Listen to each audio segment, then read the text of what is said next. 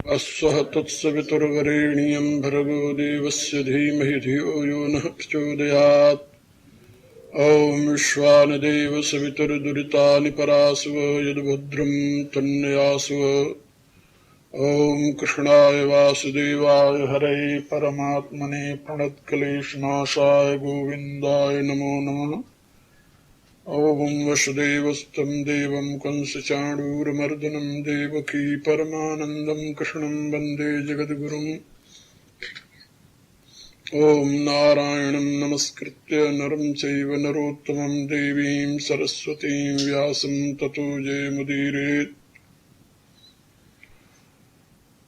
ॐ प्रणम्य शिरसा देवं मारुतिं करुणाकरं करोमि गीताव्याख्या भगवद्भावप्रकाशिनी। ॐ शान्तिः शान्तिः शान्तिः।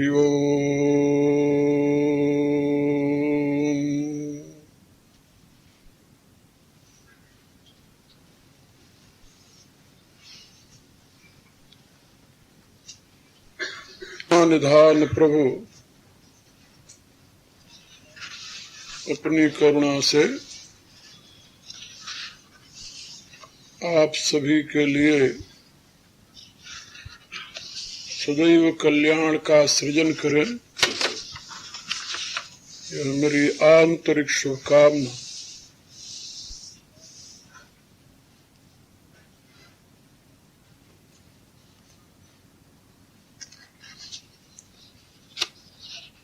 प्रभु करुणा निधान है।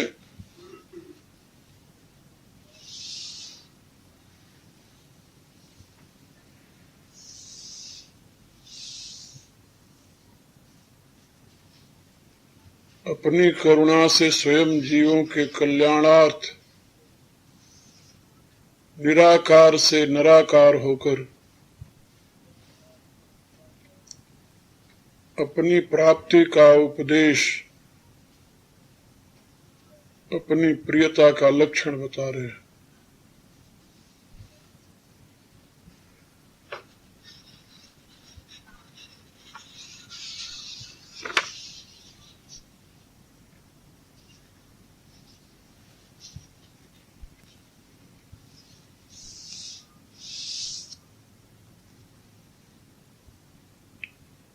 इसमें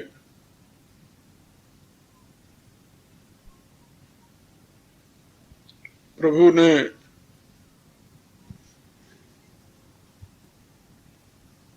कितनी करुणा की है जीवों पर कि अपनी प्राप्ति का सुगम मार्ग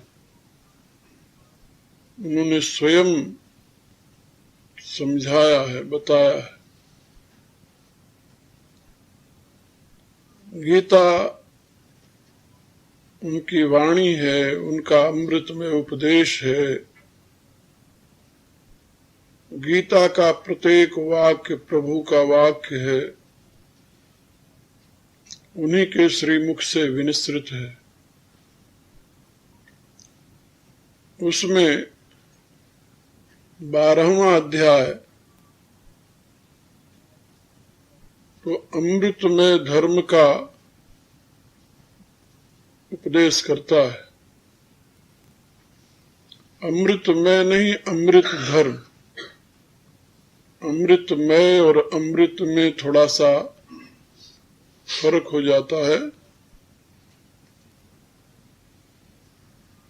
यह स्वयं अमृत उपदेश है। अन्य धर्म का पालन करने वाला व्यक्ति जब मृत्यु को प्राप्त होता है तो उसके पश्चात उसे जब स्वर्ग की प्राप्ति होती है तो वहां उसे अमृत का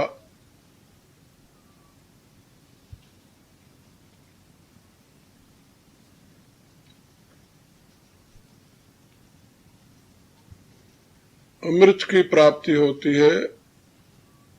अमृत का पान करता है वो स्वर्ग में जाकर। लेकिन ये गीतामृत जो है भगवान के द्वारा कहा गया,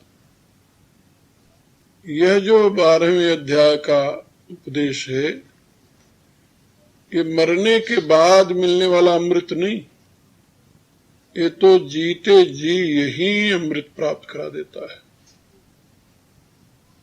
इसलिए प्रभु ने इसके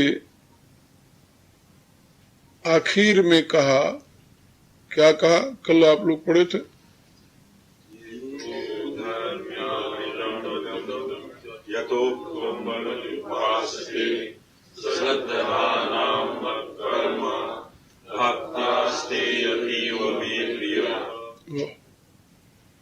एतु धर्म्यामृतमिदम्,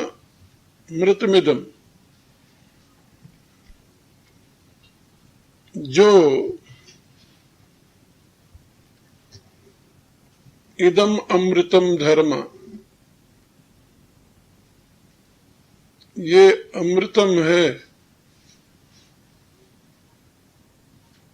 ये धर्म जो है ये अमृतम है।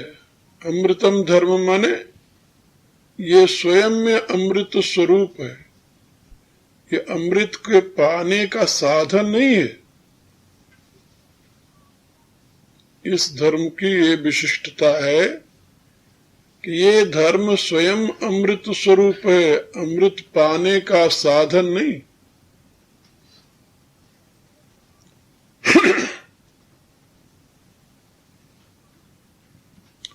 यथा उक्तम, जैसा मैंने कहा है उसी प्रकार से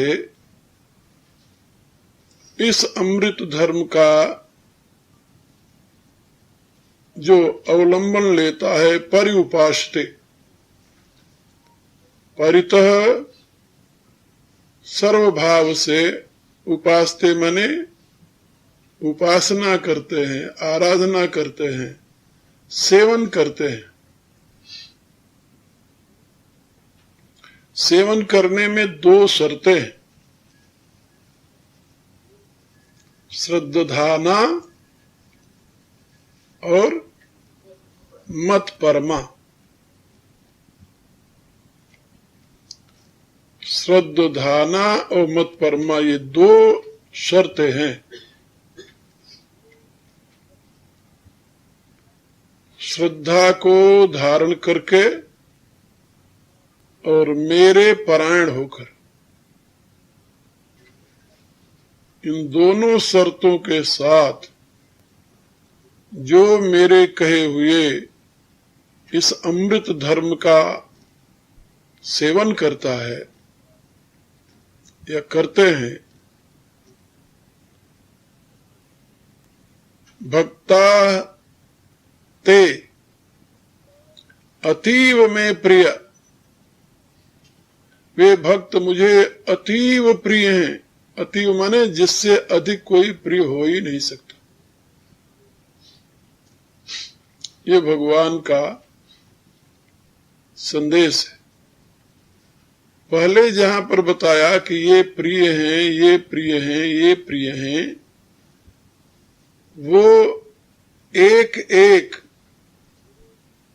क्रम को, जैसे समः शत्रौ च मित्रे च तथा मानापमानयो शीतोष्ण सुख दुखेषु समः संग विवर्जितः तुल्य निंदा स्तुतिर्मौनी संतुष्टो एन केनचित अनिकेत स्थिरमति भक्तिमान में प्रियो।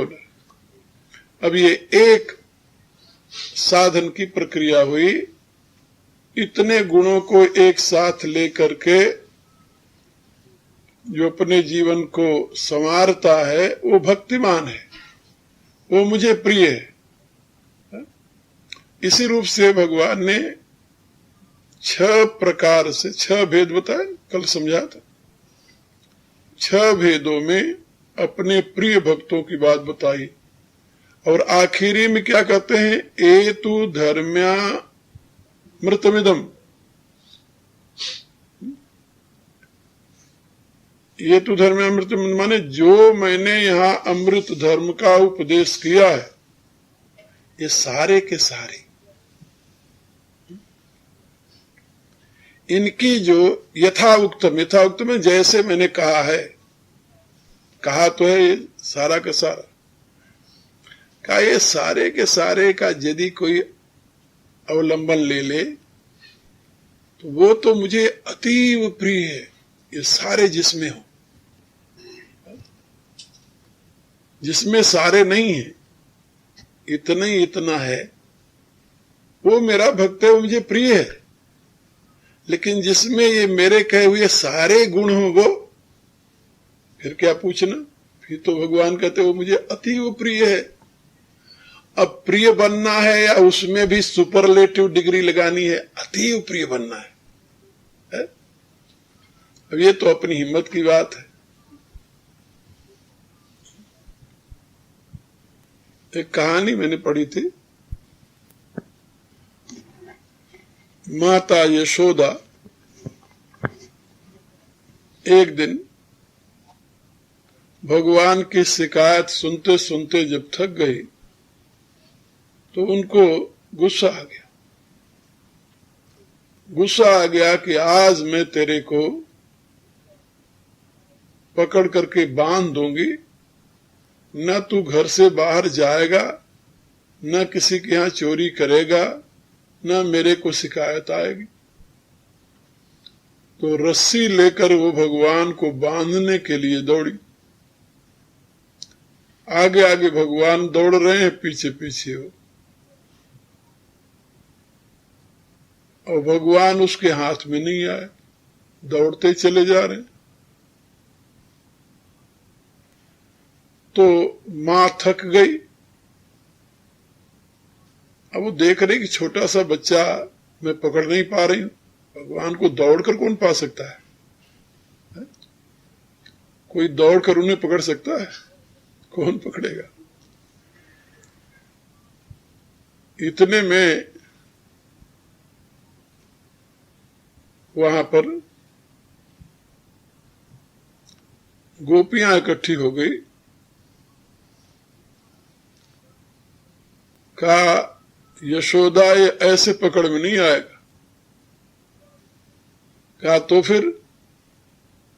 कहा इसको जो बहुत प्रिय हो ना उसकी कसम दिलाओ।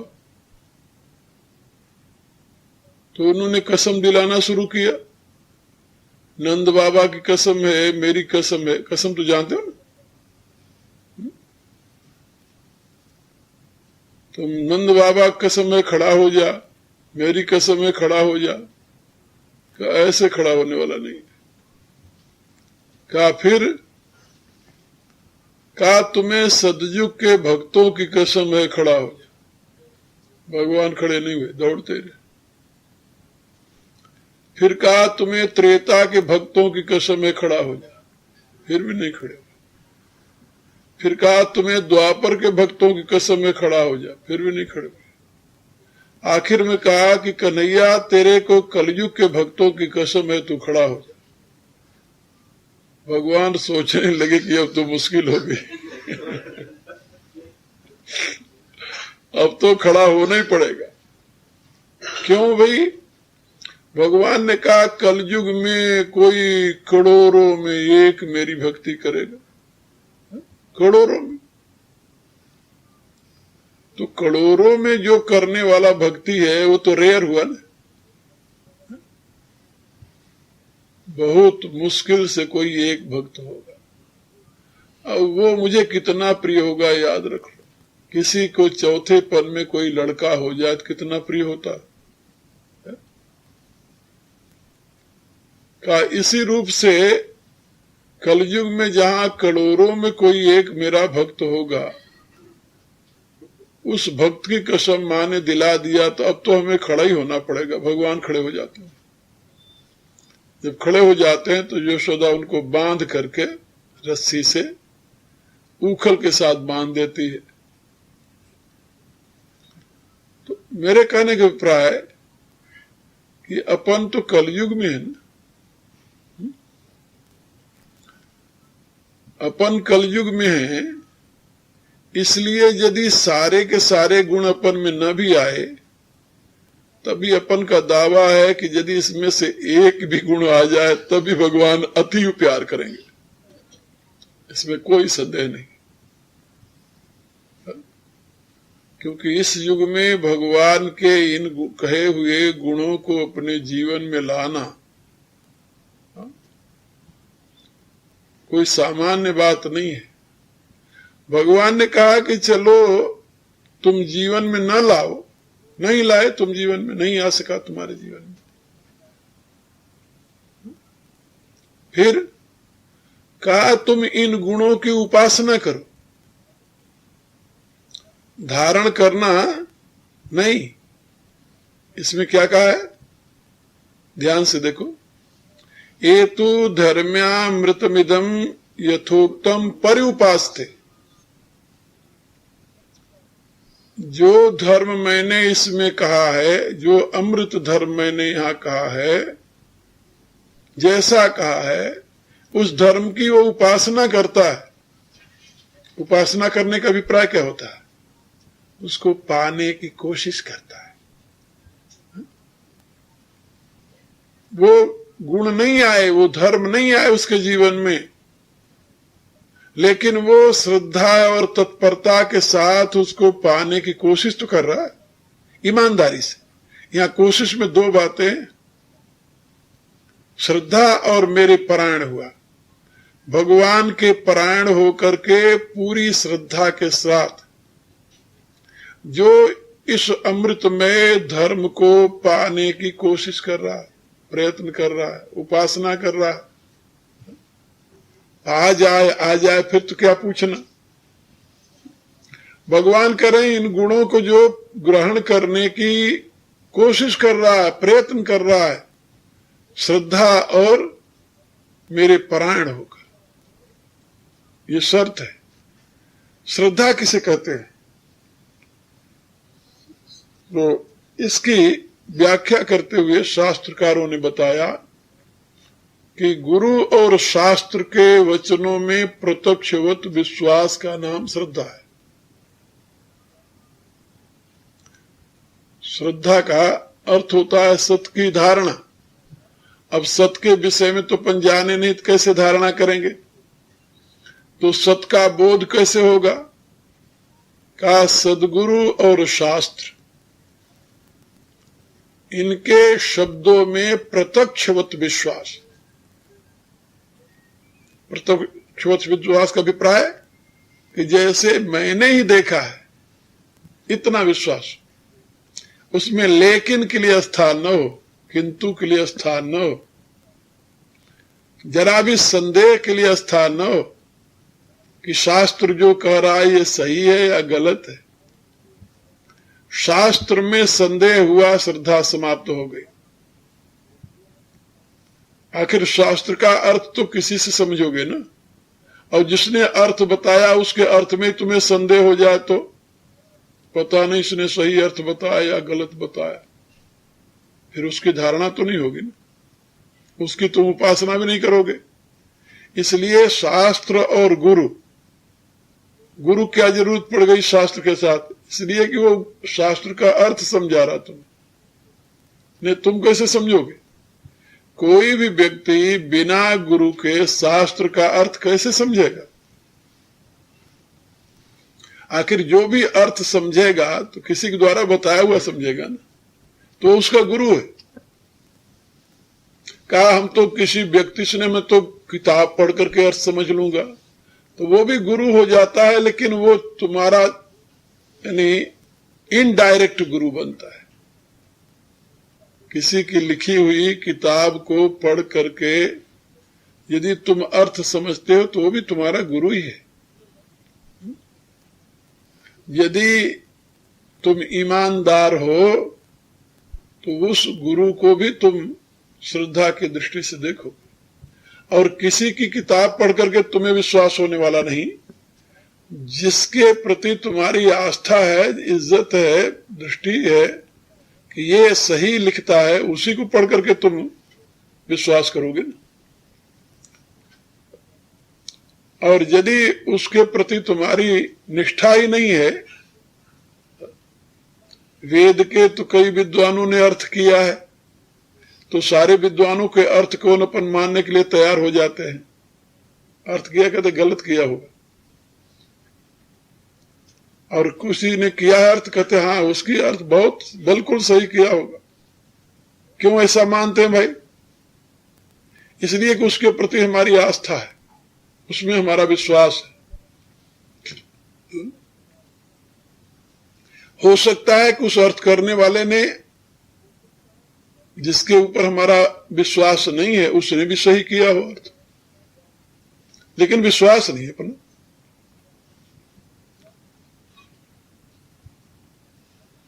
और जिसमें हमारा विश्वास हो सकता है उसने गलत अर्थ किया हो, लेकिन हमारा विश्वास है इसलिए हम मानते हैं उसे। तो ये अपने विश्वास की बात हुई, श्रद्धा की बात हुई, विश्वास की बात हुई।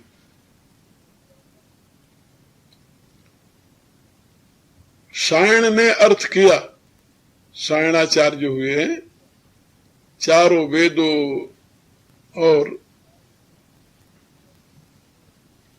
ब्राह्मण ग्रंथों, संहिताओं सब पर अर्थ किया, सबकी व्याख्या की उन्होंने। अब सनातनी जितने हैं भारत के सनातन धर्मावलंबी, वो उनके एक एक वाक्य को ब्रह्म वाक्य मानते हैं। सायणाचार्य जी का अर्थ है, इसलिए वो परम सत्य है। स्वामी दयानंद ने भी अर्थ करना शुरू किया। अब उन्होंने सायण के अर्थ को नहीं माना, वो कहते उसने जो अर्थ किया वो गलत किया है। उन्होंने अपना सही अर्थ किया। लेकिन कोई भी सनातनी जो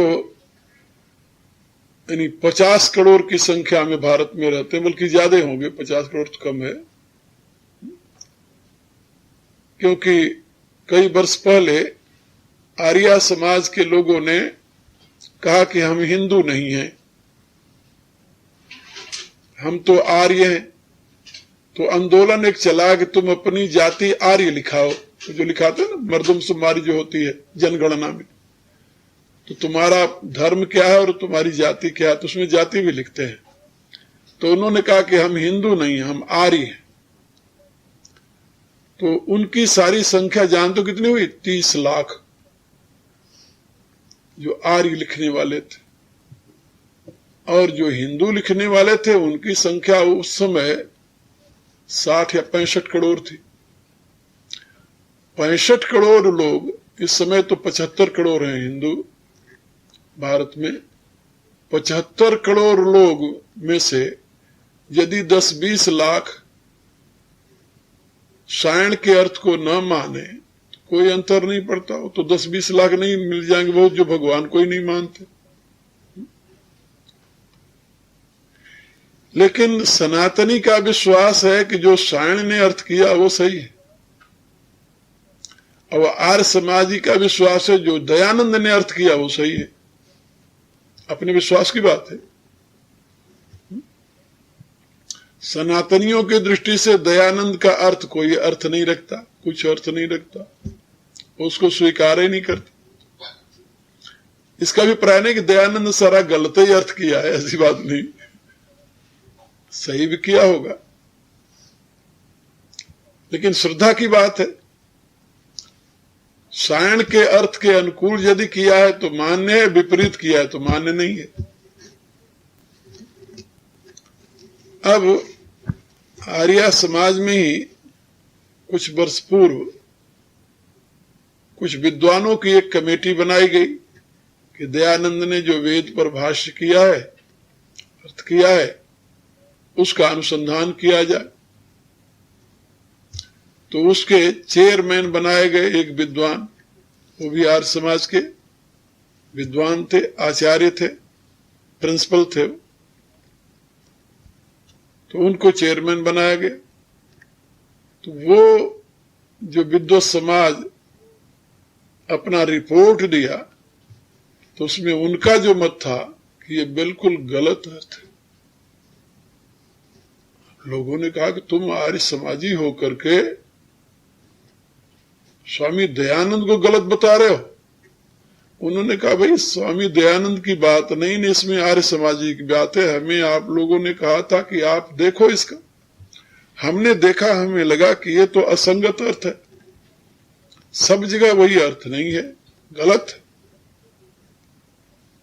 तो आर्य समाजियों ने कहा कि या तो तुम अपने इस बयान को वापस ले लो और नहीं तो हम तुम्हें आर्य समाज से निकाल देंगे। उन्होंने कहा निकालोगे तुम तो अब जब हम इसमें रहना चाहें, हम तो पहले इस्तीफा दे रहे हैं। कि ऐसी संस्था में जहां एक व्यक्ति की बुद्धि को प्रमाण माना जाता हो, बाकी सबकी बुद्धि को लोक लगाने के लिए लोग तैयार हो, ऐसी संस्था में मेरे ऐसा आदमी क्या करेगा रह करके। उन्होंने इस्तीफा दे दिया और इस्तीफा दे करके उन्होंने फिर वेद के ऊपर व्याख्यान लिखा। उस व्यक्ति का नाम जानते हो क्या था? दामोदर पाद सातवलेकर।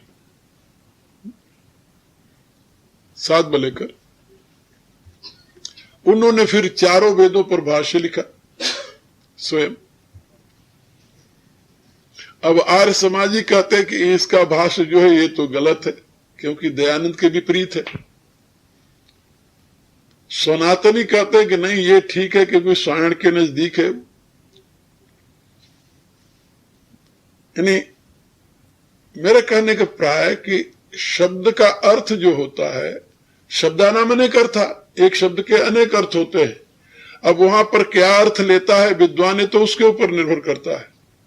तो तुम तो उसी को मानोगे न जिसमें तुम्हारी श्रद्धा है। उसने जो अर्थ किया है तुम्हारी दृष्टि से वो सही है, बाकी अर्थ तो बहुतों ने किया है और सबने एक ही अर्थ तो किया नहीं। यदि एक ही अर्थ करना था, दूसरे को अर्थ करने की क्या जरूरत पड़ी थी? वो तो एक अर्थ था ही उस पर। इसलिए कहते हैं गुरु में जो आस्था है, गुरु वाक्य जो है, गुरु कौन है? जिसके शब्द को तुम प्रमाण मानते हो, जिसके शब्द में तुम्हें विश्वास है। उस गुरु वाक्य में प्रत्यक्षवत यदि तुम्हारी आस्था है तो तुम्हारी वो श्रद्धा कही जाएगी। और शास्त्र में श्रद्धा, तो ग्रंथ में श्रद्धा है। किस ग्रंथ में तुम्हारी श्रद्धा है ये भी अलग अलग है। मुसलमान कहते हैं कुरान सबसे बड़ा ग्रंथ है, ईसाई कहते हैं बाइबल सबसे बड़ा ग्रंथ है। सबका अपना अपना ग्रंथ है। अब तुम हिंदू हो, तुम्हें कहना होगा वेद सबसे बड़ा ग्रंथ है या गीता सबसे महान ग्रंथ है। अब उसमें जो तुम्हारे लिए सबसे महान ग्रंथ है उसमें प्रत्यक्षवत विश्वास कि इसमें एक शब्द भी गलत नहीं है। सारे इसमें जितने शब्द हैं सब एक एक अक्षर ब्रह्म वाक्य है, परमात्मा का कहा हुआ है। यदि ऐसी तुम्हें धारणा है कि एक एक वाक्य परमात्मा का कहा हुआ है, परमात्मा से बड़ी अथॉरिटी तो कोई हो नहीं सकती। और इस वाक्य का जो हमारे गुरु ने अर्थ किया है वही सही अर्थ है। तो गुरु वाक्य में और शास्त्र वाक्य में प्रत्यक्षवत विश्वास का नाम है श्रद्धा। इसको श्रद्धा कहते हैं, क्योंकि बिना इसको धारण के तुम आगे बढ़ ही नहीं सकते। किसी के शब्द का किसी का अर्थ तुम्हें धारण करना ही पड़ेगा। और यदि 10 अर्थों को मिलाकर खिचड़ी बनाना चाहोगे फिर तो तुम भ्रमित हो जाओगे, न इधर के रहोगे न उधर के रहोगे, क्योंकि दो का अर्थ एक मिल ही नहीं सकता। अलग अलग अपने अपने स्टेट ऑफ माइंड है, अपने सोचने का स्तर अलग अलग है ना। अच्छा, किसका अर्थ तुम्हें पसंद आएगा जानते हो? जिसके विचारों के अनुसार तुम्हारे चित्त की अवस्था है, उसी का अर्थ तुम्हें पसंद आएगा। जिसके विचारों के अनुसार तुम्हारे चित्त की अवस्था है वही तुम्हारा गुरु हो सकता है, दूसरा नहीं हो सकता। दूसरा यदि कहीं भाग भी जाओगे तुम्हारा चित्त स्थिर नहीं होगा, मन नहीं लगेगा, तुम वहां से भगोगे, क्योंकि तुम्हारे विचारों के अनुसार नहीं है। तुम्हारे चित्त की अवस्था जो है, स्टेट ऑफ माइंड जो तुम्हारा है, वह जिससे अधिक मिलता जुलता होगा उसी की तरफ आकर्षित होगा। तुम्हारे चित्त के जो परमाणु हैं, उन परमाणुओं के सजातीय परमाणु यदि किसी के चित्त में प्रबल हैं तो उसकी तरफ तुम आकर्षित हो जाओगे। ये बात समझे? वो तुम्हारा गुरु हो जाएगा, उससे कम है तो तुम्हारा मित्र बन जाएगा। बराबर के सजातीय परमाणुओं में आकर्षण, और यदि तुम्हारे चित्त के विपरीत परमाणु है वहां, तो गलती से तुम यदि स्वीकार भी कर लो कि मेरा गुरु है, तभी उधर तुम्हारा चित्त नहीं जा सकता, उसकी तरफ तुम्हारा आकर्षण ही नहीं होगा, उससे तुम्हारी मित्रता हो ही नहीं सकती, क्योंकि तुम्हारे विपरीत परमाणु है उसके चित्त के। सजातीय परमाणु में ही आकर्षण होता है, याद रखना मेरी बात। तो चित्त जो आकर्षित होता है किसी की तरफ या किसी की बात को स्वीकार करता है, ऐसे नहीं कर लेता, वो उसकी समझ की बात कहता है, उसकी बात कहता है। सब अपनी बात मानते हैं, कोई दूसरे की बात नहीं मानता, याद रखो। यदि उसकी बात तुम्हारी अपनी बात है तब तुम मान लोगे, यदि तुम्हारी अपनी बात नहीं तो कहोगे गलत कह रहा है, क्योंकि तुम्हारे चित्त ने स्वीकार नहीं किया। ये उसमें यानी विज्ञान है इसके पीछे। इसलिए अब जैसी तुम्हारे चित्त की अवस्था है, उस अवस्था के अनुसार यदि तुम्हें कहीं किसी भी मंत्र का उपदेश, शास्त्र का संदेश या किसी की व्याख्या मिल गई, तो उसको तुम पकड़ लोगे, ये मेरे लिए ठीक है और यही मेरा आदर्श है, यही मेरा गुरु है। अभी भारत में एक सज्जन है, तो उनको वो कहते हैं कि मैं 50 वर्षों से गुरु ढूंढ रहा था, 50 वर्षों से, 50 वर्षों से ढूंढ रहे थे, और भारत के बड़े बड़े विद्वानों के पास गए, रहे विद्वानों के पास, और उनके कार्यक्रम कराए, बहुत उन्होंने समय लगाया उधर, लेकिन उनके दिमाग में बात बैठी नहीं। एक लड़का, उनकी लड़की ब्याही गई एक परिवार में, तो जहां ब्याही गई उसका जो उनका दामाद था, उसका छोटा भाई, वो मेरे मिशन में काम करता, मेरा शिष्य है, बड़ा प्रिय शिष्य है। तो एक दिन वो मिला तो बात करने लगे कि भाई तुम हमेशा अपने गुरुजी करते रहते हो, कौन है तुम्हारे गुरुजी? तो उसने बताया, तो उसने मेरी पुस्तक जो गीता तत्वबोध है, ये गीता तत्वबोध उन्हें दी कि ये पुस्तक आप पढ़ो तो आपको उनका परिचय मिलेगा। वो गीता तत्वबोध पढ़े तो उन्होंने एक पत्र लिखा। मैं उन दिनों बाहर था, पिछले साल की भी बात है, बाहर था, तो रीडायरेक्ट होकर के वो पत्र मेरे पास कनेडा पहुंचा। मैंने पढ़ा, भाई हम तो जानते नहीं उस बंदे को, कौन बंदा है, व्यक्ति को। तो हम जब यहां से लौट कर गए, उनको उत्तर लिख दिया कि भाई हम आ रहे हैं, तो आप मुझसे मिलना। अभी मैं गया तो वो वृद्ध सज्जन अपनी धर्मपत्नी के साथ 1000 किलोमीटर की यात्रा करके मेरे पास पहुंचे, और उन्होंने पत्र में लिखा कि हम तो 50 वर्ष से गुरु ढूंढ रहे थे, आपकी ये पुस्तक पढ़ करके हमने निश्चय कर लिया कि आप ही हमारे गुरु। वाह भाई। अब वो आए तब से उनकी सारी गतिविधि बदल गई। अभी मैं उदयपुर रहा तो वहां भी रहे मेरे पास, और उनकी चाह है कि अधिक से अधिक मैं इनके साथ ही रहूं। और इस ढंग से उनकी प्रवृत्ति बदल गई। मैंने एक दिन उनसे पूछा, उनका मिश्र जी आपकी ये आयु हो गई, आपको कोई सही में गुरु मिला ही नहीं? तो उन्होंने कहा, गुरु जी बात है कि गुरु तो बहुत मिले, मैं बहुतों के यहाँ रहा हूं, बहुतों के यहाँ गया हूं, लेकिन मेरे हृदय ने किसी को गुरु स्वीकार नहीं किया। अब आपकी फिलॉसफी मैं सुनता हूं तो मुझे लगता है जो आप ये समझाते हो कि अपने चित्त की अवस्था जिसके चित्त के समान होती है उसी के प्रति व्यक्ति आकर्षित होता है, सबके प्रति नहीं होता। इसका अभिप्राय नहीं कि वो विद्वान नहीं, इसका अभिप्राय नहीं कि वो संत नहीं। और जिन जिन संतों के प्रति उन्होंने बताया कि मैं उनके साथ रहा हूं तो मुझे आश्चर्य होता था। अरे मैंने कहा भले आदमी हो तो महा विद्वान और परम सिद्ध संत हैं, तो हो गए वो, लेकिन मेरे पल्ले नहीं पड़ी उनकी बात। ठीक है,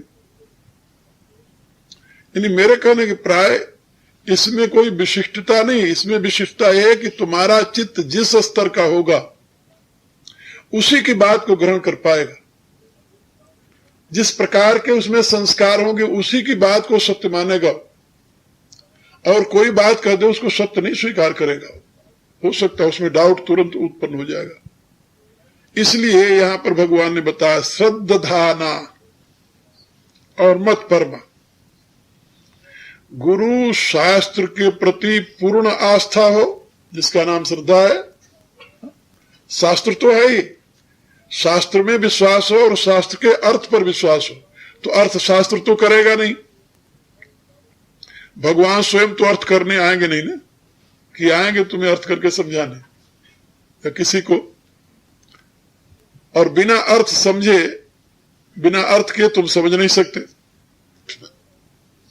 आखिर तुम अपनी तरफ से जब अर्थ करने की कोशिश करोगे तो वही जो तुम्हें किसी गुरु ने सिखाया है वही करोगे ना।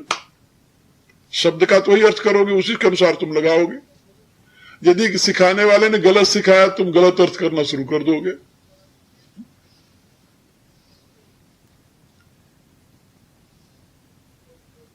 यानी जैसे संस्कार में आदमी पड़ता है उसी प्रकार की भावना उसकी बनती जाती है,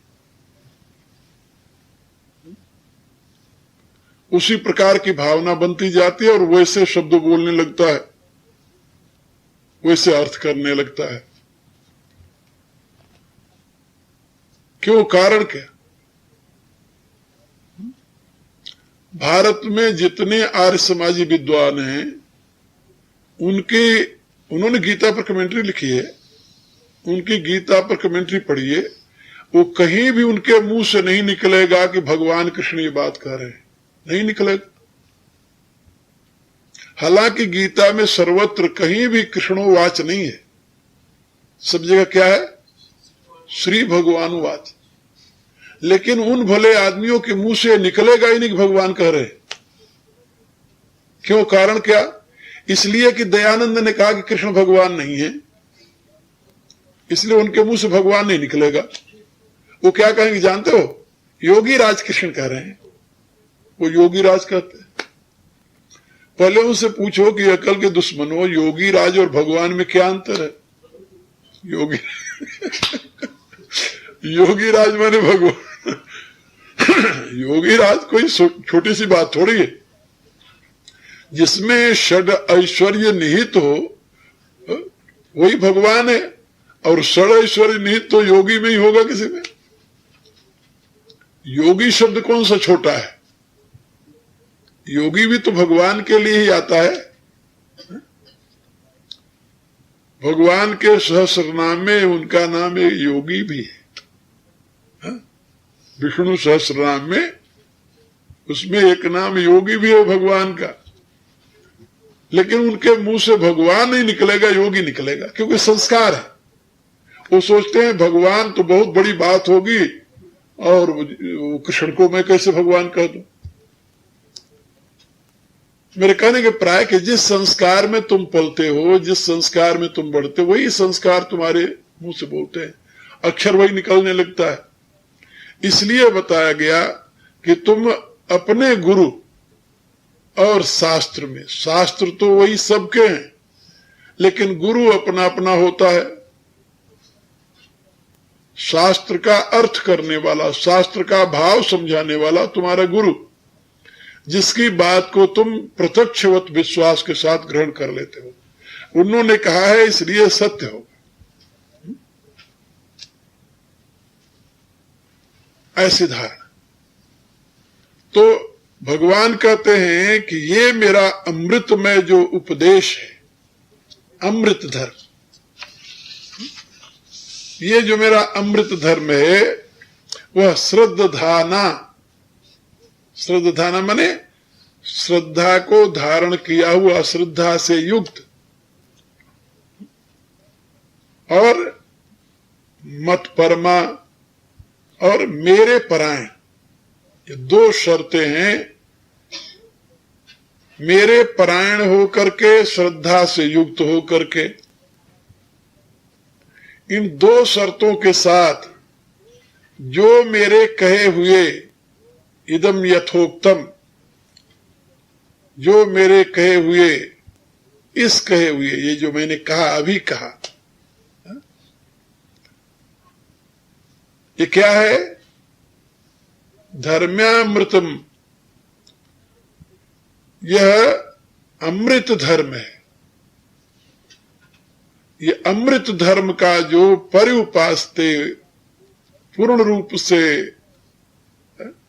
परिउपासता माने परितः, सर्वभाव से, निष्ठा के साथ उपासना करता है, ते भक्ता में अतीव प्रिया, वे भक्त मुझे अतीव प्रिय हैं, उनसे ज्यादा और कोई प्रिय नहीं है। प्रयत्न करना, गीता में कई जगह ये बात समझाई गई है, कई जगह। यदि आप गीता के उपदेशानुसार जीवन नहीं बिता रहे, ज्ञान सारा समझ में नहीं आया, लेकिन श्रद्धा से युक्त होकर उसे सुनते हैं, श्रद्धा से युक्त होकर के उसे सुनते हैं और उसको धारण करने की कोशिश करते हैं, प्रयत्न करते हैं, भगवान कहते हैं तब भी तुम मोक्ष को पालोगे।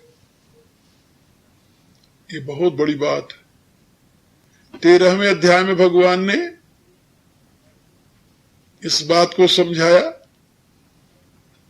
जहां पर उन्होंने बताया, ध्यानेन आत्मनि पश्यन्ति केचित् आत्मानम आत्मना, अन्ये सांख्येन योगेन कर्म योगेन चापरे। इससे आगे क्या बताया उन्होंने? अन्य तू एन अजानंत, अन्य जो जानते नहीं से, इस जो मेरे उपदेश को नहीं समझे अभी, श्रुत्वा केवल सुन करके, श्रुत्वा अन्यभ्य उपासते, जो केवल सुन करके इस ज्ञान की उपासना करते हैं, जाना नहीं उन्होंने, अजानंत, बिना जाने केवल सुन करके उपासना करते हैं, उनकी क्या गति होती है? तरंग, वो भी तरंते, वो भी इस मृत्यु रूपी संसार सागर से तर जाएंगे। कौन? श्रुति परायण, ये केवल सुनने में रुचि रखते हैं, जानते नहीं बेचारे। गीता की ये महिमा है, ये 13वें अध्याय में बताया। और 18वें अध्याय में आखिर में क्या बताया? जो इस मेरे और तेरे संवाद को पढ़ेगा, इति ते ज्ञानम आख्यातम गुह्याद गुह्यतरम मया, इस ज्ञान को जो मैंने तुम्हें कहा है, आगे भगवान कहते हैं, यहां 3-4 श्लोक है, यह इमं परमं गुह्यम मद्भक्तेषु विधासति भक्ति मयि पराम कृत्वा मामे वैसे से संशयम। और नहीं, आगे है अधेष्यते चय इमं धर्म संवाद मावयो हो ज्ञान यज्ञेन तेना मिष्ट श्यामत में मति। जो केवल इसका अध्ययन करते हैं वो भी ज्ञान यज्ञ के द्वारा मेरी आराधना करते हैं। और इसके आखिर में क्या कहा आगे, श्रद्धावान अनुसूयस्ते शृणुयादपि नर। केवल सुनता है श्रद्धा से युक्त होकर के, दोष दृष्टि से रहित होकर के केवल सुनता है। सुनने मात्र से भी वो सो विमुक्त शुभान लोकान प्राप्नुयात् पुण्य कर्म। वो अभी अशुभ लोकों से मुक्त होकर के मुझे प्राप्त कर लेता है।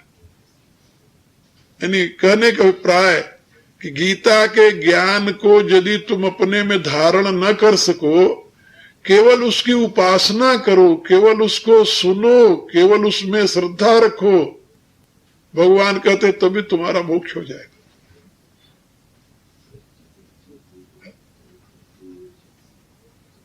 मुच्यते ते कर्म भी, वो भी अपने कर्मों से मुक्त हो जाएंगे। कितनी बड़ी बात कही है।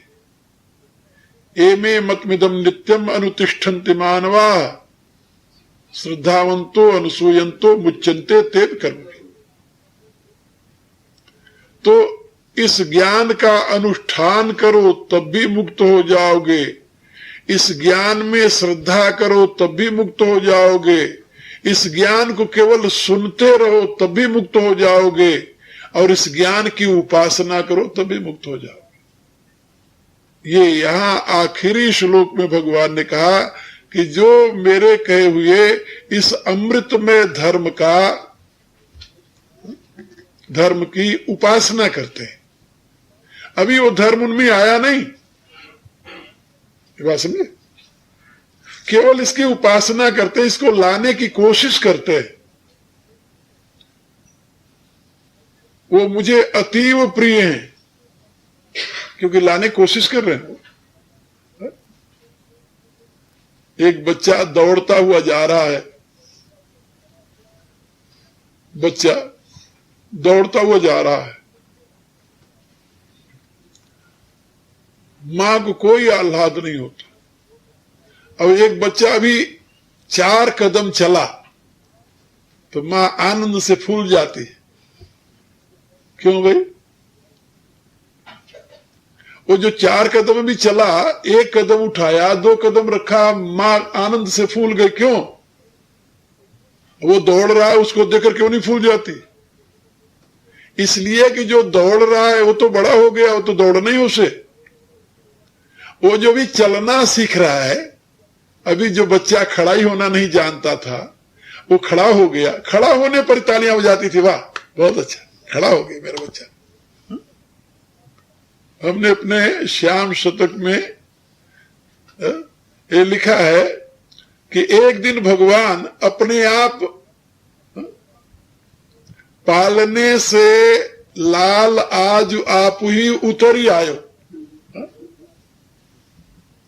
मां यशोदा दही लेकर के मथानी में मथ रही थी, भगवान पालने में सोए हुए थे। बिना आज उठाए, बिना उतारे पालने से लाल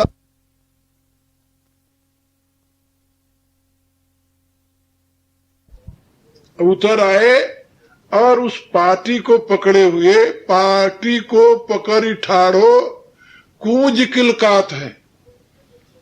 उतरने का उनको बड़ा, यानी आज बहुत बड़ा काम किया गया, अकेले उतर आए बिना किसी हेल्प के। पालने से आज लाल आप ही उतरी आयो, पाटी को पकड़ी ठाड़ो कूंज किलकाते हैं। बच्चा जब अपने आप उतर जाता है ना या खड़ा हो जाता है तो बहुत हाँ खुश होता है, हंसता है, किलकारी मारता है कि आज मैंने बहुत बड़ा काम किया है। और बड़ा होकर के तो रोज उठता बैठता है, कौन हंसता अपने उठने पर। मां तू अवलोकी अवगाहि सुख सिंधु माए। मां जो है देखा कि आज मेरा लाल अपने आप उतर आया। मां तू अवलोकी अवगाहि सुख सिंधु माए। कितना आनंद हुआ होगा उस समय यशोदा मैया को, जरा सोचो। आनंद में मग्न हो गई और भगवान की तरफ देखती है। दौड़ करके उसका लाल आज अपने आप उतर आया है। धाई लिपटाई अंग बलि बलि जात है। दौड़ करके उसको हृदय से लिपटा लिया कि आज मेरा लाल अपने आप उतर आया है। और बलिहारी जा रही है, बहारने कर रही है कि आज अपने आप उतर आया। यानी छोटी सी बात, छोटी सी घटना अपने आप खाट से तो अपन रोज उतरते हैं, लेकिन पहली बार जब अपने आप खाट से आप उतरे होंगे नीचे, तो आपकी मां को कितनी खुशी हुई होगी, जरा कल्पना तो करो।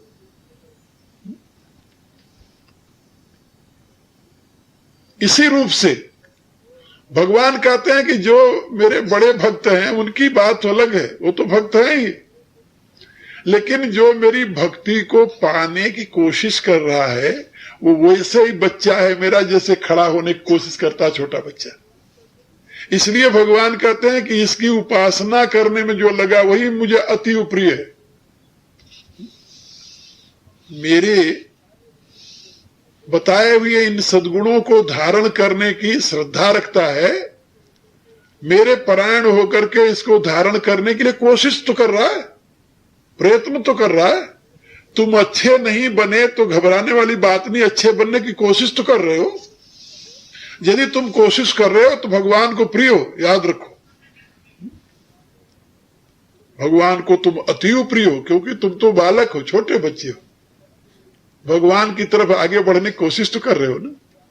भगवान मुझे प्यार करें ये तो तुम्हारे में चाह है ना।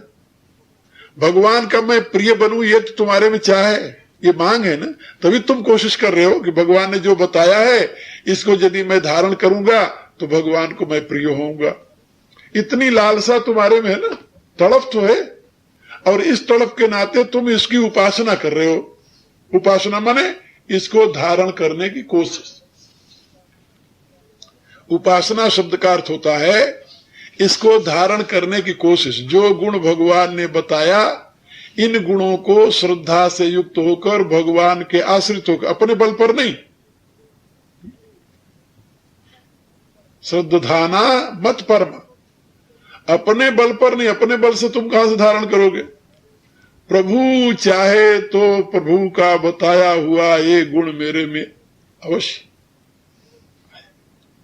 ऐसी भावना से प्रभु के परायण होकर, प्रभु में निष्ठावान होकर के, प्रभु के आश्रित होकर के, श्रद्धा के साथ तुम उन गुणों को अपने में धारण करने की कोशिश कर रहे हो, माने उपासना कर रहे हो। उन गुणों के नजदीक तुम पहुंच रहे हो, नजदीक पहुंचने की कोशिश कर रहे हो, उपासना कर रहे हो। पूर्ण विश्वास के साथ उन्हें ग्रहण करने की चेष्टा कर रहे हो। भगवान कहते हैं ऐसा जो चेष्टा करने वाला भक्त है वो मुझे अतीव प्रिय है, अतीव प्रिय। हम तो कहते हैं कि अपन हमेशा भगवान के बताए हुए दिव्य गुणों को ग्रहण करने की चेष्टा करते रहे, अपन भगवान को अतीव प्रिय होंगे। जैसे छोटे बच्चे का ध्यान मां बहुत रखती है, उतना बड़े बच्चे का ध्यान नहीं रखती।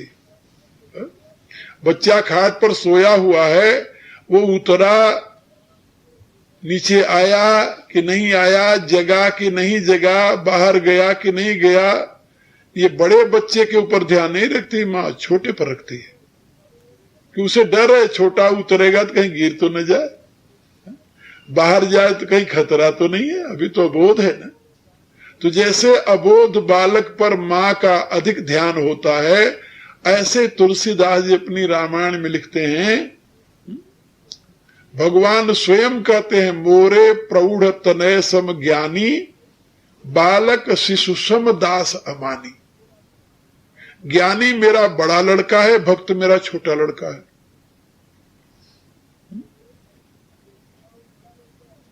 ज्ञानी बड़ा लड़का है और भक्त छोटा लड़का है, तो दास को किसका बल है? कहते हैं जनहि मोर बल। मेरे भक्त को तो केवल मेरा बल होता है और निज बल ताही, और ज्ञानी को अपना बल है। दोहुकह काम क्रोध रिपु आही, शत्रु दोनों के एक ही है, काम और क्रोध। लेकिन भक्तों के काम और क्रोध की रक्षा तो मैं कर लेता हूं, क्योंकि वो छोटे बच्चे हैं बेचारे, और ज्ञानी को अपने आप करना पड़ता है। दुहकर काम क्रोध रिपुआही, इसलिए तुम मेरे भक्त हो। नारद जी से कहते हैं ताते कीन निवारण मुनि में अस जी जा। तो मैं आप लोगों को ये बता रहा था कि इस गीता के यानी 12वें अध्याय में भगवान ने अपने प्रिय भक्तों के लक्षण बताए हैं। इन लक्षणों से युक्त जो है वो भगवान को प्रिय है, लेकिन जो श्रद्धा युक्त होकर के, भगवत परायण होकर के भगवान के बताए हुए इस अमृत धर्म का, धर्म्यामृतमिदम, इस अमृत धर्म का आश्रय लेता है, प्राप्त करने को प्रयत्नशील होता है, इसकी उपासना करता है, इस अमृत धर्म की उपासना करता है, भगवान कहते हैं वो भक्त मुझे अतीव प्रिय है, बहुत प्रिय है मुझे। अर्जुन, ये भगवान का दिव्य संदेश है। इसमें कोशिश करो कि भगवान के बताए हुए इन गुणों को हम अपने में धारण कर लें। ये नहीं कि धारण करने की कोशिश ही करते रहो, करो नहीं, ऐसी बात नहीं। कोशिश करो धारण ईमानदारी के से। इसीलिए तो भगवान ने कहा कि मत परमा और श्रद्धाना। श्रद्धाना का अर्थ होता है पूरी ईमानदारी के साथ, कपट रहित, छल रहित। ये नहीं कि इनको धरने का नाटक हम करते रहेंगे बाहर से, ऐसा नहीं। श्रद्धा के साथ, पूर्ण विश्वास के साथ इसको ग्रहण करने की कोशिश करो। परिउपास, इसलिए यहां परिउपासते शब्द है। पूर्ण भाव से उसकी उपासना करनी है, और उपासना करने का अभिप्राय होता है धारण कर लेना। जिसकी आप उपासना करोगे उसे धारण कर लोगे, स्वभावतः धारण कर लोगे। और यह क्रियात्मक है, सारा प्रैक्टिकेबल, जो आप समाज के साथ व्यवहार करते हो। क्योंकि मनुष्य की यथार्थ स्थिति का पता तो उसके व्यवहार से लगता है। जब तक आप समाज में व्यवहार के क्षेत्र में नहीं प्रवृत्त होते, तब तक कैसे पता चले कि आप किस स्तर पर हो। मेरे परमाराध्य गुरुदेव बताया करते थे, कहा करते थे कि हिमालय की चोटी पर बैठ करके तुम सब क्रोध को जीत ही लोगे, काम को भी जीत लोगे, क्योंकि वहां काम कहां से आएगा। यानी ईंट पत्थरों को देख करके तो काम जागृत होने वाला नहीं है, और न तो वृक्षों को, पहाड़ियों को देखकर काम जागृत होगा। और लोभ को तुम जीत लोगे, वहां किसका लोभ करोगे? हिमालय की चोटी पर या गुफा में बैठकर लोभ किसका करोगे? तुम है ही नहीं कुछ। जहां तुम्हारे आकर्षण के लिए कोई पदार्थ है ही नहीं, तो तुम तो वहां विजयी हो ही। हाँ, यदि तुम ऐसी जगह बैठो, वो कहते थे कि यदि तुम दिल्ली की चांदनी चौक में बैठ करके समाधि लगा सको, तब समझ लो कि हाँ अब तुम्हारी साधना पूरी हो गई। हिमालय में तो सब शांति से बैठे हुए हैं। उनका एक संदेश था कि यदि तुम चांदनी चौक में बैठो और फिर सोचो कि हाँ तुम असंग हो, विकार हेतु सत विक्रियंते एशाम न चेतांसते एव धीरा। विकार के सारे कारण तुम्हारे आसपास उपस्थित हो और फिर तुम्हें वो विक्षुब्ध न करें, तब समझ लो कि तुम हाँ धीर। विकार के कारण ही नहीं है, फिर तो तुम महात्मा हो ही। अब भिक्षा में गए, तुम्हें सूखी रोटी मिल रही है तो सूखी नहीं खाओगे और क्या खाओगे? और जहां सुंदर से सुंदर भोजन तुम्हारे सामने आ जाए और कहो देवता नमस्कार, हमें इनकी जरूरत नहीं है, फिर इसका अभिप्राय है कि तुम अपने जीवा को कंट्रोल में रखते हो। यानी जहां पर सारे सुख के साधन उपलब्ध हो, फिर उसका त्याग करो, उससे असंग रहो, तो वो तो हुआ त्याग। और जहां कुछ है ही नहीं वहां त्याग ही त्याग है। जहां कुछ है ही नहीं वहां तो त्याग ही त्याग है। वो हमारे यहां नीति शास्त्र का एक श्लोक है, उसका एक चरण है, बूढ़ विष्या तपस्विनी। वृद्धा विष्या जो है वो तो तपस्विनी होगी और क्या करेगी? वृद्ध विष्या तपस्विनी, वो तो तपस्विनी नहीं होगी तो और करेगी क्या बेचारी? इसलिए यदि, इसीलिए भगवान ने कहा ना कि शक्नोति है वे यह सोढ़ुम प्राक शरीर विमोक्षणात्। शरीर को तुम्हारे छोड़ करके अभी काम क्रोध गए नहीं, उससे पहले तुम काम और क्रोध के वेग को, काम क्रोधोद्भवम वेगम प्राक शरीर विमोक्षणात् शक्नोति है सोढ़ुम। शरीर को छोड़ के जाने से पूर्व काम और क्रोध के वेग को जो सहन करने में समर्थ हो गया, भगवान कहते हैं स युक्त स सुखी नर, वही योगी है और वही सुखी रहता है। यानी जब तक तुम्हारे शरीर में जोश है और तब होश बनी रहे, फिर तो तुम योगी हो। और यदि जोश ही नहीं है तो होश तो होगी और क्या होगी? जोश ही नहीं है फिर तो होश ही होश है और क्या? इसलिए अपने इंद्रियों का संयम उस अवस्था में कर ले जब इंद्रियां प्रबल हो। समझे? साधना में जब से ही लग जाओ तभी से कल्याण है, उसमें कोई संदेह नहीं है। लेकिन विकार के कारणों के होते हुए यदि तुम्हारे में विकार न आए, लोभ का साधन है लेकिन लोभ नहीं आ रहा, काम का साधन है लेकिन काम नहीं आ रहा, क्रोध का साधन उपस्थित हो गया फिर भी क्रोध नहीं आ रहा, फिर तुम विजयी हो, फिर तो संयमी हो। इनके होते हुए यदि इनमें आसक्ति तुम्हारी नहीं हो रही है तब, और यदि है ही नहीं तो फिर तो तुम अनासक्त हो ही। वो मजबूरी का नाम महात्मा जिसे कहते हैं, उससे कोई लाभ नहीं।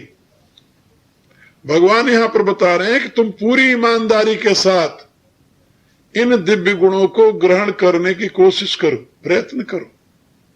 श्रद्धा और मेरे परायण होकर, मत परमा, श्रद्धा और मेरे परायण होकर के इसकी तुम उपासना करो। जो गुण मैंने कहा है ये अमृतमय धर्म है। इसका अभिप्राय है कि ये जो है ये धर्म उपदेश है, क्योंकि ये तो धर्म्यामृतमिदम्, ये धर्म उपदेश है। धर्म किसे कहते हैं? इसको धर्म कहते हैं। ये गुण जो है ये सब धर्म है। बस में इनमें से भगवान ने कहीं कहा कि कर्म कांड कौन करना चाहिए? इतने लंबे चौड़े व्याख्यान में अद्वेष्टा सर्वभूता नाम से लेकर के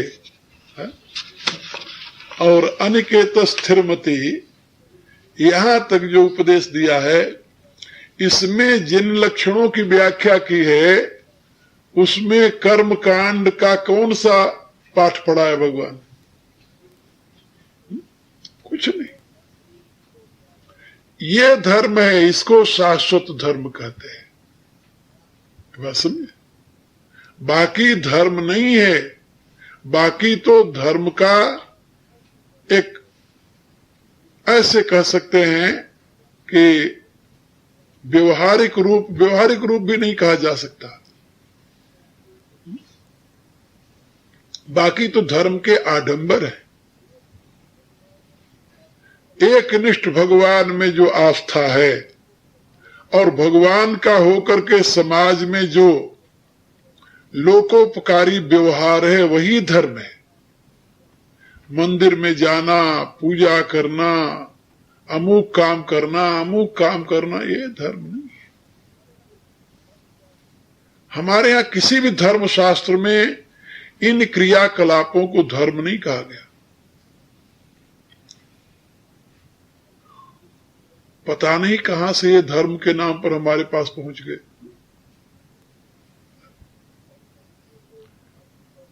दिव्य गुणों को धारण करना ही धर्म है, क्योंकि धर्म का अर्थ होता है धारणा धर्मित्या हो। उपासना किसकी करना है? दिव्य गुणों के। यहां भगवान क्या कह रहे हैं? ये तु धर्म्यामृतमिदम यथोक्तम पर उपास, जैसा मैंने कहा है उस धर्म की जो उपासना करता है, ये धर्म है और इन्हीं की उपासना करनी है। भगवान द्वारा कहे हुए इन दिव्य गुणों की उपासना ही धर्म की उपासना है, धर्मोपासना है।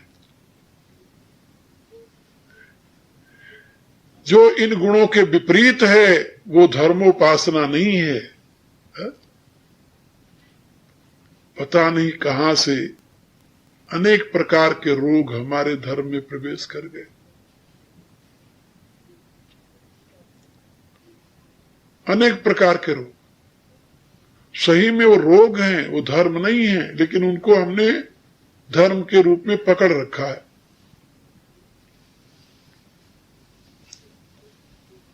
इसलिए यदि मैं हमेशा कहता हूं कि यदि गीतोक्त धर्म का सही प्रचार हुआ होता, भगवान ने जो बताया गीता में, इस धर्म का सही रूप में प्रचार हुआ होता तो आज भारत के हिंदुओं की दशा कुछ और होती।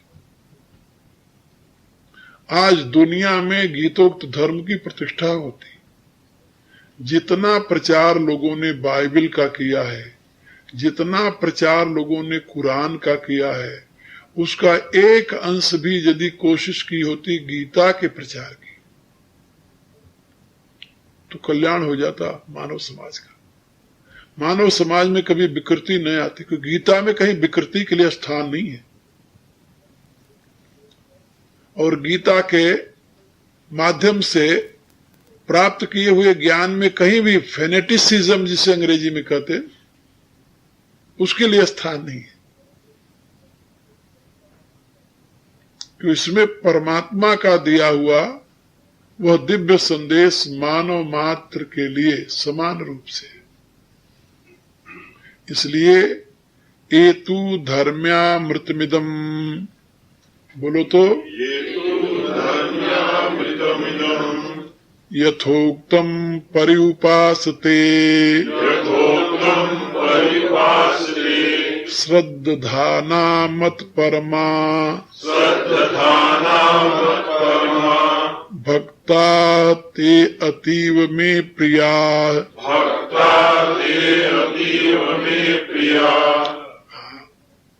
ऐसा जो भक्त है वो मुझे भगवान कहते हैं कि अतीव प्रिय। अतीव प्रिय माने जिससे अधिक प्रिय और कोई नहीं हो सकता।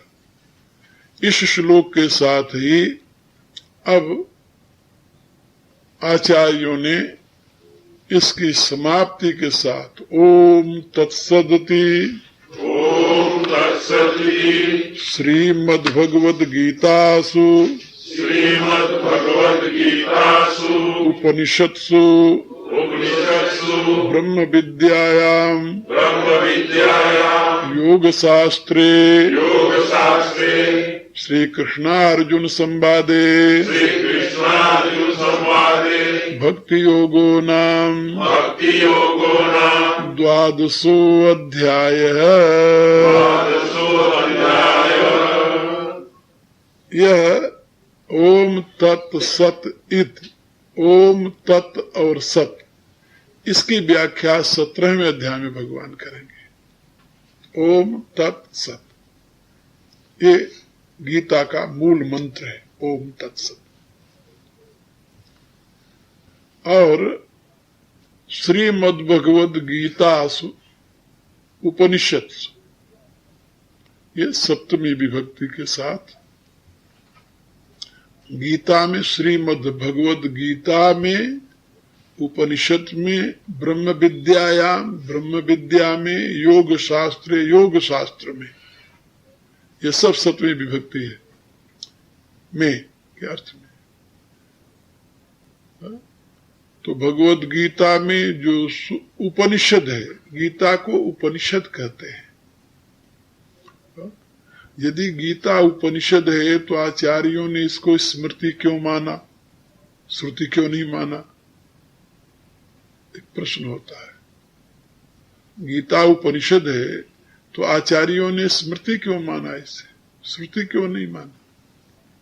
कहा गीता उपनिषद तो है, इसमें कोई संदेह नहीं है, लेकिन ये महाभारत का अंश होने के नाते इसको स्मृति उपनिषद माना है। उपनिषद के दो भेद कर दिए, श्रुत्योपनिषद और स्मृत्योपनिषद। तो ये स्मृति उपनिषद है। और दूसरी बात यह है कि गीता भगवान और अर्जुन का संवाद तो है, लेकिन इसकी व्याख्या करने वाला जो है वो संजय है, जो धृतराष्ट्र को सुना रहा है। तो वहां पर एक श्लोक है, व्यासदेव ने लिखा है कि गीता का सही अर्थ तो भगवान जानते हैं और उसका समझाने पर कुछ अर्थ अर्जुन भी जानता है, और व्यासदेव इसके पूरा अर्थ जानते क्योंकि भगवान के अंश हैं। और संजयम वेत्ति व न वेत्ति, लेकिन संजय जो धृतराष्ट्र को सुना रहा है वो उसका सही में अर्थ जानता भी है कि नहीं जानता है, कौन कह सकता है? वो तो मीडिया मात्र है, उसको तो व्यासदेव ने वरदान दिया है, दिव्य चक्षु दी है, दिव्य दृष्टि दी है, इसलिए वो जो कहते हो रिपीट करता चला जा रहा है। तो इसलिए इसको स्मृति कहते हैं। और एक और मजे की बात आप लोगों को बता रहा हूं, ये गीता जब भगवान सुना रहे थे ना, तो हनुमान जी ध्वजा पर बैठे हुए थे, उसी रथ के ऊपर हनुमान जी बैठे थे, वो सुन रहे थे। जब गीता का पूरा ज्ञान भगवान ने सुना दिया और अर्जुन को संतुष्टि हुई, वो धनुष बाण लेकर के जब बैठ गया, करिष्ये वचनम तव कहता हुआ, तो भगवान मारुति भी नीचे उतर आए, उन्होंने भी प्रणाम किया। प्रणाम करके भगवान की कृतज्ञता व्यक्त की, प्रभु आज तो आपने कृतार्थ कर दिया। भगवान करे इसका अभिप्राय कि जो मैंने उपदेश दिया उसको, कहा प्रभु मैंने भी एक एक अक्षर सुना है। अरे कहा मारुति ये तो बड़ा गलत हुआ। कहा प्रभु गलत, इसमें गलती क्या हुई? कहा तुम्हें पता है अर्जुन तो शिष्य भाव से मेरे समर्पित होकर के जिज्ञासा व्यक्त की और मैंने उसे उपदेश दिया। तो ये उपदेश मैंने अर्जुन को दिया था, तुम्हें तो दिया नहीं था। तो तुम बिना मेरे बताए, बिना मेरे से कहे मेरे इस ज्ञान को सुना है, ये तो तुमने चोरी की है।